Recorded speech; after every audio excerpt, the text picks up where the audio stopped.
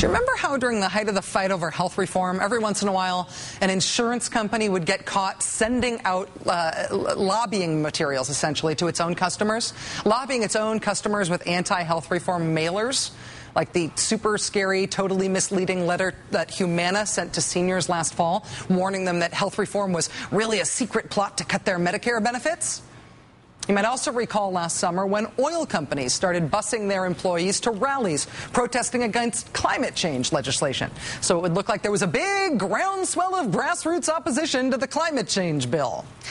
If an industry, apparently any industry, is about to be regulated in this country, you can pretty much count on that industry deploying a massive professional fake grassroots PR campaign to oppose that regulation at all costs. We saw it with health reform, we have seen it with climate change, and now that financial reform is getting serious consideration in Congress, we are seeing it again. But there is a more shameless and insidious element to the industry-designed AstroTurf campaign that's underway right now to oppose financial reform. This stealth corporate lobbying tactic was devised and carried out by the payday lending industry. We've talked about the cartoon villainy of the payday lending industry on this show in the past. While the term payday lender sounds innocuous enough, what payday lenders actually do is more commonly known as loan sharking. They offer, mostly to low-income customers, what look like short-term loans. But they are designed to roll over and over every couple of weeks, collecting giant new fees each time until their customers are buried in debt and ultimately have to pay the equivalent of up to 400% annual interest. Payday lenders are allowed to do that, to engage essentially in usury, because they're not at all regulated by the federal government. Some states regulate them, but some states don't. It looks like Congress might be about to change that through a new consumer agency that's part of the financial reform bill that's being debated right now.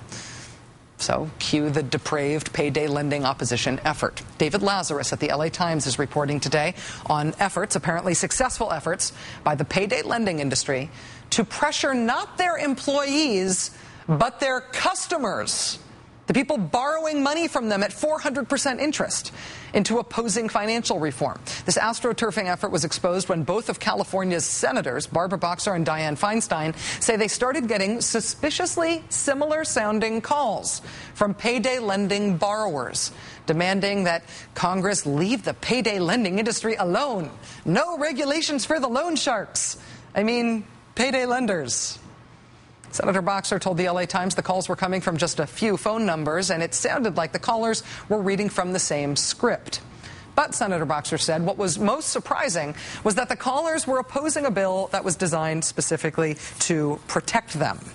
Why would the very people being trapped or tricked into paying 400% interest be against regulations that would give them better interest rates? Well, a woman named Norma Cannell spoke to the LA Times. She said when she visited her local payday lender, to make a payment on her 180% interest loan, she was encouraged by an employee to make this call to fight financial reform. She was given a flyer that listed contact information for Senators Boxer and Feinstein.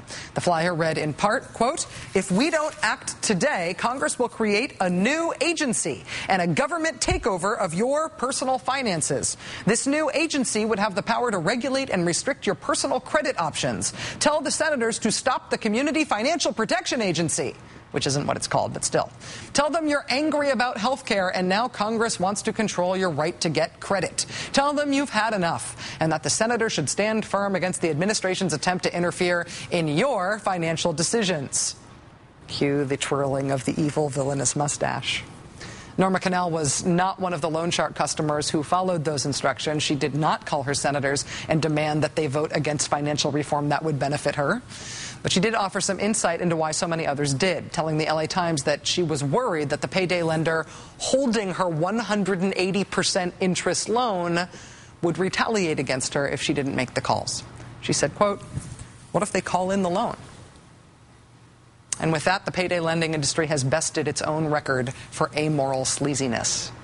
The founding principle of this industry, don't forget, is that it's okay to exploit people who are financially desperate. Their business model is something that, frankly, should be illegal.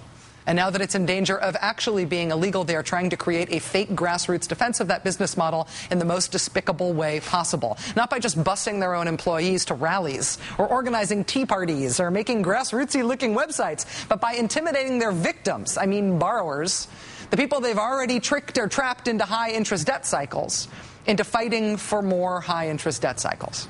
The payday lending industry exists because the people behind it essentially figured out how to legally steal your wallet.